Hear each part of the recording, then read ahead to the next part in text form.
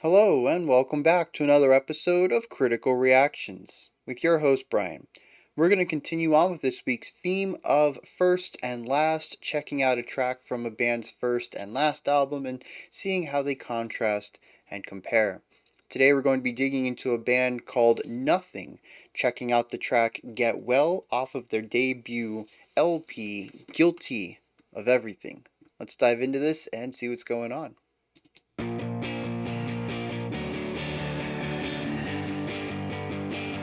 Really interesting vocal production right off the bat.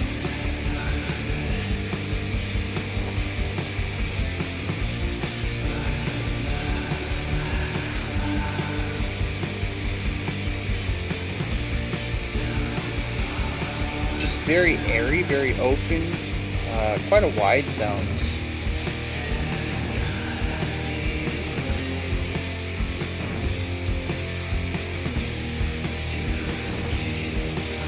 It's interesting how much larger the vocals are than even the guitars in this situation.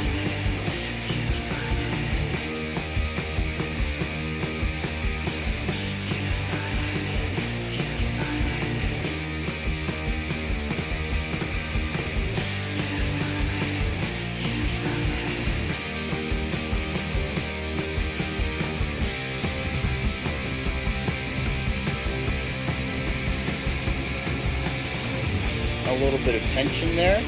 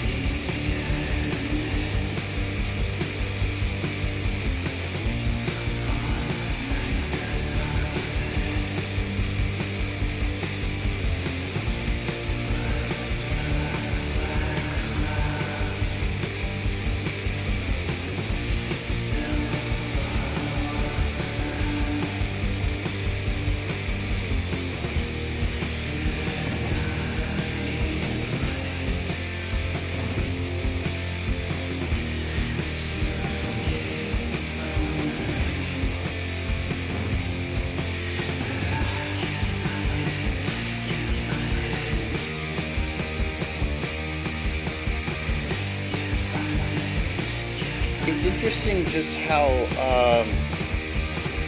monochromatic this is.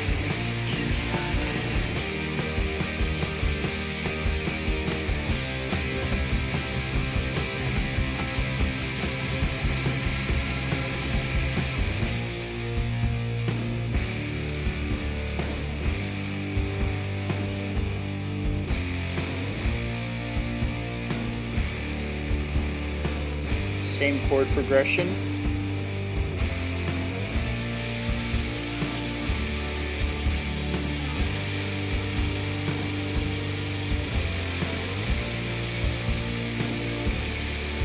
Off to the left, we have another guitar, very faint.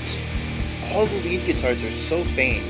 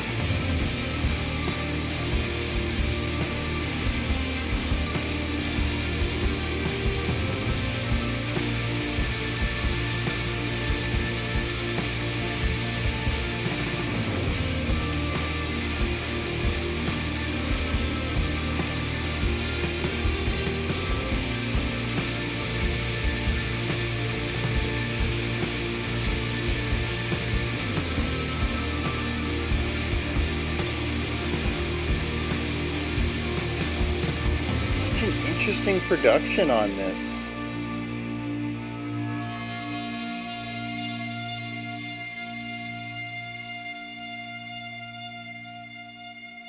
And we get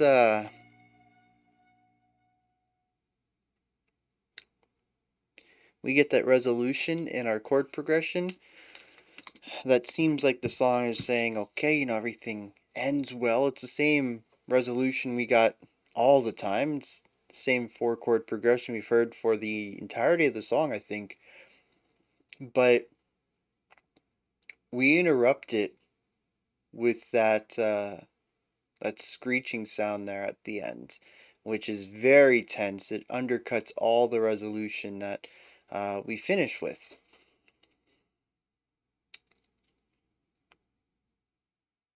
So the song isn't too complex. It is a four chord phrase that we go over and over and over and over. We have vocal lines that go over that in our verse and chorus. We have a guitar solo after our first chorus. We have a lead guitar line in our bridge. Our bridge also introduces what feels like a slower idea of the same chord progression, though um,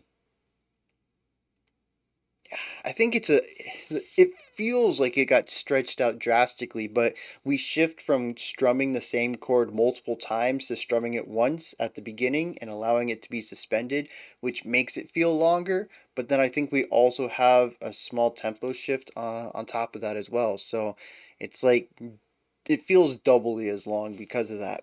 But I think we do have a small tempo shift. We have a perceived large slowing down, but it's the same music underneath. Um, and then we have a lead guitar line to take us out of the track. That's the whole song. So there's not a lot to dig into specifically with what instruments are doing. Um, but I think there is a lot to talk about as far as emotion, atmosphere, and production, and I think those are going to be the three key things we touch on today. To start, I don't think we can ignore the production on this. The I don't even know if our rhythm guitar is quiet or if our vocals are loud. I'm gonna go with our vocals are loud, and we'll touch on the guitars in a second.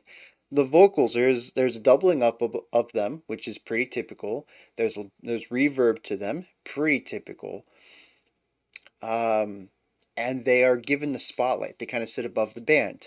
Pretty typical. What isn't typical about this, though, and that word is starting to sound very atypical, is how large it is, how much reverb, how much the doubling effect impacts it, how much volume it has compared to the rest of the band. It feels overdone in every respect. And some of that might just be that I'm not used to hearing it as clearly as this. Maybe the reverb isn't overdone, but the extent of the reverb tend to get covered up by the rest of the music. Eventually the reverb kind of hits volume points where it's beneath the music. Whereas here, those sections are still fairly prominent.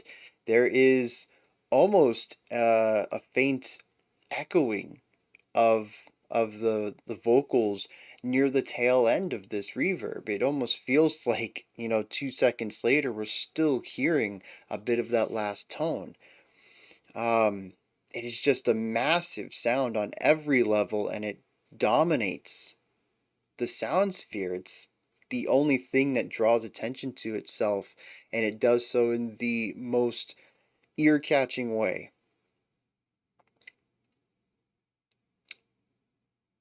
But almost in a completely opposite direction, it is a very light, airy, calm singing style. It's not a timbre that we would associate with that level of volume. It makes sense if somebody is screaming and they're louder than the rest of the band. It makes sense that for a lot of Billie Eilish's early works, her very soft spoken, quiet, kind of chill vocal delivery was paired with quiet music. Everything sort of fit with that. Um, because those are the volumes that we expect to hear those sounds at. But this is a very gentle, almost like it's not a whisper, but it's definitely something you don't want other people to hear, but you still want to get your voice in there, because the whisper is kind of like voiceless, right? The whisper doesn't have your timbre to it. So it sounds like someone's trying to be quiet, but they're the loudest part of the song. And they're louder than electric guitars, distorted, amplified electric guitars. These are elements. I think there's a reason.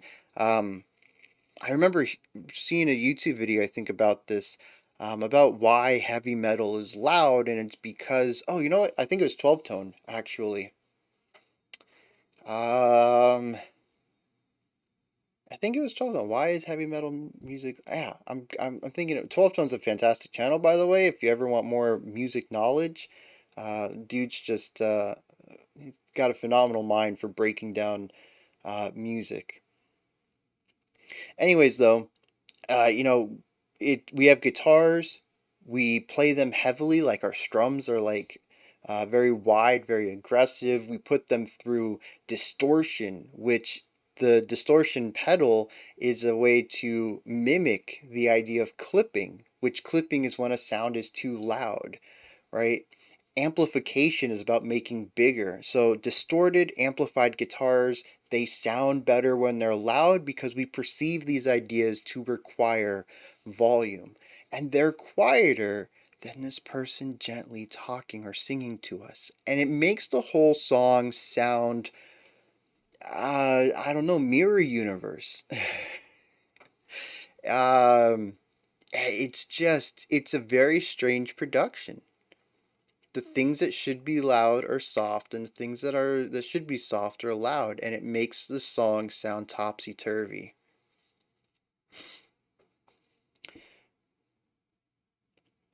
Even when we get to the guitar solo after our first chorus, and when we get that lead guitar line in our bridge and our outro, they are a bit quieter than we would expect as well. They fit in with what the other guitars are doing, the rhythm guitars, but it's also strange for a lead element not to get that spotlight, especially when we've shown just what kind of spotlight we can give a lead melody line, which is, the vocals. They're so big and so loud. And then we get a lead guitar and it's not given that attention. Everything in here, of course, I'm going to assume is specifically designed that way. It could be a lack of experience or finances to buy, a what do they call? Oh, an engineer or a producer who's a big name in the industry or something like that. It could entirely be accidental, because they were, just coming up. This was their first album or whatever.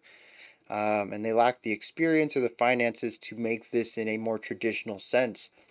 But I think even if you don't know what you're doing, you still wouldn't come up with this. This seems very intentional even for a first time. I could be wrong on that read. Wouldn't be the first time, but that's my gut feeling. This feels intentional and I don't know why. I'm not sure what the effect is they're getting out of it. Unless, the lyrics are about being topsy turvy, about being unexpected or going against the grain or something like that. The production could be leaning into any of that.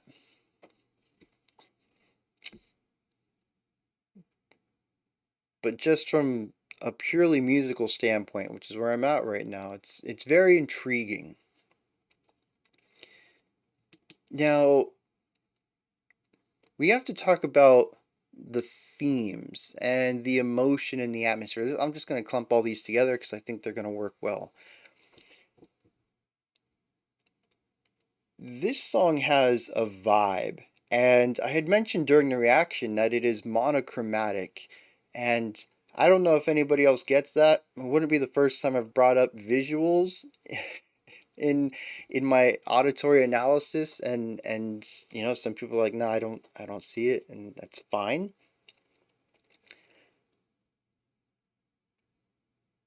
But Well, it's interesting too because I talk about black metal as like TV static, and that's monochromatic.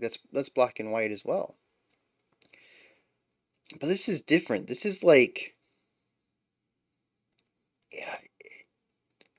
like to me, I think the black metal analogy is more about the the fuzz of it all, right? The noise. It's not so much the colors. The colors do come into it a little bit, but it's the noise of it. Here though, this song sounds like a grayscale or yeah, it sounds like a grayscale film. If that makes sense. It is just one tone all the way through, and it's not even about the repetition of it. It's about the chords they use and the tones of the instruments and the production on the instruments. It creates this vibe that is, it's not dreary, but it sort of just is. It's not bright, it's not colorful, but it's not like ominously black and white either. It's just like it is what it is. Like if you've ever watched a sitcom from the 50s, um 60s, I don't know when televisions when shows were recorded in color, when they had color cameras and stuff. But yeah, like a black and white sitcom, it's not black and white for an effect. It's not because they're trying to achieve something out of it. It's just the medium, it's the format of it. And that's kind of what this feels like. It's not really drab or dreary or anything like that. It has a little bit of that vibe to it. I think I'm attributing that from my own bias, but it just kind of is a bleak song. It just has that black and whiteness to it, that monochromatic look. And it's not, like I said, I don't think it's trying to say anything with it. It just kind of feels like it is. It's just what it wants to be. Now, the vocals do bring a bit of a drabness to it, and it's because of the lack of energy. When paired with the music, introduces this sort of lethargy to it all. But like the last 2 minutes, minute and a half of the song where we don't really have vocals, it just kind of feels like the format that they wanted to sing on top of. It just happens to be colorless, but it doesn't mean anything, right? Which is just weird, interesting, different. I'm really curious to get into the lyrics because the band is called Nothing. That could be taken in a lot of ways. It's a single word with no context. It could be a lot. But the song's called Get Well, which seems pretty optimistic. It's interesting to pair that with such a blank slate kind of song. But then the lyrics come in and they're just kind of, meandering about, and low energy throughout, very comfortable vocal range, but not a lot of power behind it. And kind of that whispery sound, right? With like the massive reverb and the airiness to it. And it feels like it's dragging its feet, which makes you think that Get Well is more of a sarcastic thing, you know? I hope you get well. I do. You say to somebody you don't like, right? But it's interesting that this song can feel both ways to me, as almost emotionless and melancholic, based on when the vocals are there or not. The vocals add so much, they inject so much emotion into the landscape, the soundscape of the track. I'm gonna hit some lyrics right here, see what's going on, try to wrap this up, and then we'll be out of here. Interestingly, this track seems to be a bit darker than I anticipated. It leans into what I talked about. I just didn't really get this vibe from it. I saw the darkness and interpreted it as something else, mentioning only a sort of melancholy or dreariness from the vocals, which might still be true since the lyrics are delivered to us from the vocals. Maybe they are dressing up the rest of the scenery in a very specific manner, but there is one verse and one chorus, and then they are both repeated. It says it's easier to miss on nights as dark as this, but black clouds still follow us around. There's got to be a way to escape from the rain, but I can't find it. And this is very dreary. Black clouds and rain can symbolize a lot of stuff, both positive and negative. But in this case, I'm going to take it as a negative meaning that they want to escape from this, and that this, whatever the black clouds represent, right? Could be pain, could be discomfort, could be trauma, could just be bad days, right? That it follows them. Every day, it is at least in their periphery, possibly overhead, and they can't escape it. The cyclicalness of this is leaned into as our verse and chorus are the same. We have a little bit of a break where we get our guitar solo in the middle, but it barely even cuts through the rest of the soundscape. It barely breaks through at all. It's barely audible against our chord progression. It isn't until the vocals come back in that we actually have something front and center again. Almost as if to say that the brightest change, the little gleam of light, right, that could break this cycle of being chased by these black clouds, of having these bad days back to back, is not even enough to register as a positive. It's still, it's the 1% of the day that was good, where the other 99% was still pretty terrible, and then the cycle repeats itself. We get our verse and our chorus back again, talking about the black clouds and trying to escape them. It is very bleak, very cyclical, and it leans in very well with how I read the ending, which we had a bit of resolution in our chord progression, the same resolution we had heard this whole song. It is the chord progression that sort of loops back in upon itself, which leans back into the idea of cycles, but it does have a neat ending to it, and that ending is erased by this shrill sound at the end, implying tension and dissonance and disruption. Again, it doesn't allow itself to be resolved neatly, even though we have seen this cycle. So yeah, there's a lot of elements in this song that lean into this idea of never-ending negativity.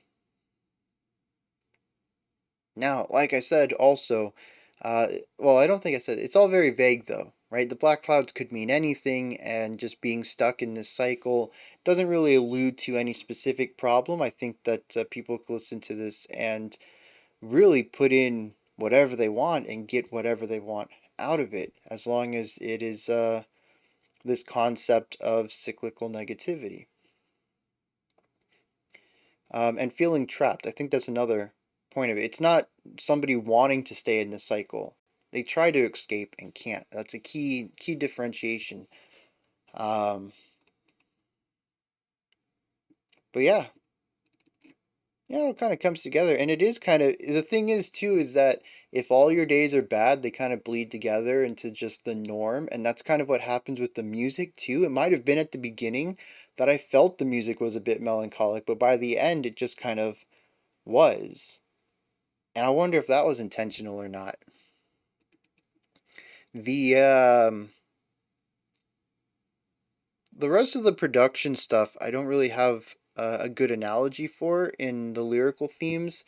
I wonder if they were just done again completely outside of the creation of the music, right? This is just how it got. This is just how it ended up being produced. Um, due to lack of skill or financing or time or any sort of things that would affect it. I don't know that there's a specific thing. No, this is not a song that I think really strives from it. The biggest thing is hiding the guitar solo after our second chorus, which I could attribute to the themes here, but everything else, the quiet guitar, rhythm guitar, and the very loud vocals, I don't really see any analogies or parallels here to say that those were purposefully done, but that doesn't mean they aren't. I don't have authorial intent. I don't know what they was going. I don't know what was going through their mind or what was in the recording room and engineering room when they were putting the stuff together. So that's just my read on it. Those are my thoughts on Nothing's Get Well. Interesting track. Let me know what you thought of it, though. Did you enjoy it? Anything that stood out to you? Anything you would like to add on to what I said or correct me on? Put that stuff down in the comments. Above the comment section is a description box, and in there you'll find a link for Linktree. Takes you to this menu right here. It has links for everything related to the channel. You can find my music, the Discord server, and plenty of ways to support the channel, as well as a bunch of other stuff. Go ahead and check it out. Above that, if you could, like, subscribe, and ring the bell. I greatly appreciate all three. We're going to check out a special selection right here afterwards. Otherwise, if you just want to see where Nothing went after this as we check out something off of their last album, we'll be doing that tomorrow. 5 p.m. Eastern Standard Time, 10 p.m. UTC, as usual. Until next time, remember to be critical, not cynical of the music you listen to, and have a fantastic morning, afternoon, or evening whenever you choose to watch my videos.